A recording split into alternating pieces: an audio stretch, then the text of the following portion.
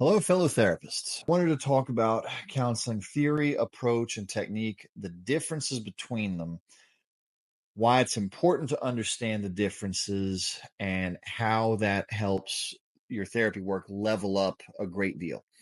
So, I had the benefit when I was in grad school of learning this instead of having to learn it later. Uh, our mentors were very keen on us to deeply understand one or two counseling theories and learn a lot of approach and technique around those. Not everybody has that benefit, so today hopefully I can share that with some of you. So first, we got to talk about what are the three things: theory, approach, and technique. So counseling theory is basically a set of propositions for why human beings think, feel, and behave in the ways that they do. So, cognitive behavior therapy has a built in theory. The theory is that human beings experience negative emotions because of a set of thoughts they have around those, and that by changing the set of negative thoughts, then you can largely impact the set of emotions they experience. Adlerian theory is or individual psychology, depending on which term you use for it, is a theory because it proposes that human beings think, feel, and behave due to the ways they were raised early on and their early relationships, and that those behaviors and sets of thoughts and feelings got cemented from those, and that you change them by helping a person gain insight into those and reorient to them. So if it proposes a way that a way and reason that human beings think, feel, and behave in the ways that they do, it is a theory. Now, an approach is different. An approach is a set of the word is escaping me. A set of steps. There we go. A set of steps to work through in order to assist somebody in changing. So there's a number of those. EMDR definitely has a built-in approach. It has the 8-phase protocol. Adlerian theory has a 4-step approach. Impact therapy is largely an approach-based. Solution-focused or strength-based therapy are largely approach-based. They don't have quite so much underlying theory with them. They're largely approaches. So an approach is basically a prescribed methodology for how you are going to assist somebody in changing. And a technique is the individual thing you are doing in that session. So if I am helping someone challenge negative cognitions, that is a technique. Even the simpler stuff. If I assign somebody journaling, that is a technique. If we have them behave as if, that is a technique. So the individual interventions that you deploy in a session, those are techniques. So the reason it's important to understand this is because in training other counselors, I found that a lot of counselors are taught techniques, but theory and approach get a little bit left behind. And when that occurs, what you end up with is a bunch of pretty useful techniques, but since they aren't built into a larger methodology, what ends up happening is you're just really addressing stuff week to week. You're not actually moving a client to a specified destination. So the reason we're talking about this today is for those counselors who were taught mostly techniques, but weren't really taught deeply about theory and approach.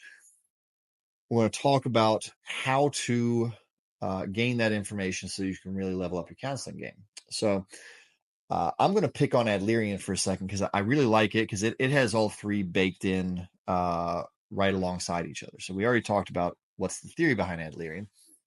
It has a built-in approach.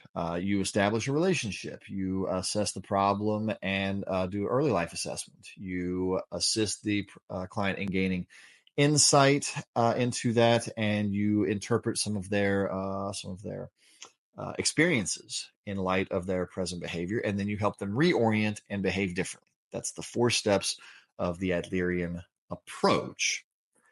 And then the techniques built into that. You can do a lifestyle assessment in steps 1 or 2. Many people that do Adlerian love to do genograms. That is a technique. Behaving as if is a technique. Even just prescribing behaviors. Like, what if you behaved this way in this situation? That's a technique. So that's a good example of one one thing that has all three: theory, approach, technique built in. So what's my advice today? My advice is, if you are not really deeply trained in at least one theory and or one approach, that you would seek that out, no matter what it is. There's so many of them that are good. Uh, but let's start with approach: reality therapy, solution focused, strengths based, impact therapy. Uh, God, there's so many. EMDR is has moved more towards theory now. When they first started out, my opinion is they were a little more of an approach, but it's moved much more into theory because they now have underlying propositions for why human beings think, feel, and behave the way that they do. Uh, but my hope is you would really seek out training on a very solid approach. And if you already have that, but you are not very solid in one of the well-known psychological theories or multiple of them, that you would then get that. Because there's a lot of counselors who are pretty good or even really good. And really, they're at the approach level. The reason I encourage people to start getting trained in theory, if they are not already, is because it helps you assess problems in therapy. Because let's say I'm doing strengths based with somebody and we're getting nowhere. If I have an underlying proposition for why human beings think, feel, and behave the way that they do, then I can assess that much more easily and figure out what is going wrong in therapy, and I can adjust. Give a terrific example. I was working with a client and we were doing some basic run of the mill social anxiety. And a good approach to that is to do some light exposure therapy, like help them do a small social thing, see that it goes well, do a next social thing, see that it goes well. But we weren't really getting very far. So I said, well, okay, let me look at my theories. I am sure that there is a reason that this person is thinking, feeling, behaving the way that he does. And because of that, I started asking questions. Now, I went with an Adlerian approach.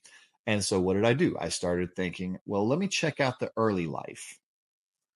And that paid off very well, because it turned out this person had some uh, religious trauma that basically ended up with the negative thought of, I must never, ever make a mistake ever.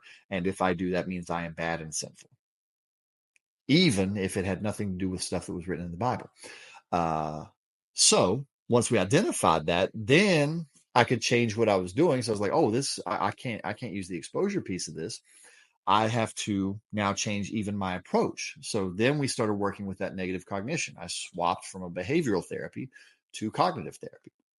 And the reason I was able to do that was because I had a set of underlying theories that I just went to figure out, why was this person thinking, feeling, behaving the way that they were.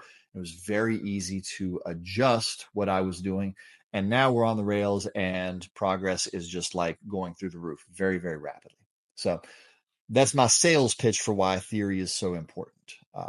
Now, it's beyond the scope of this video to try and train you in any sort of theory or approach. It's really more just me hoping that you will self-assess and figure out, are you deeply trained enough in approach and theory? And if you are not, seeking that out. So hopefully this is helpful to some of my fellow therapists out there today.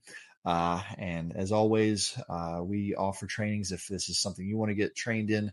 But thank you for hanging out with me for today. I'm Jonathan Pishner with Apex Counseling, and I will see you next time.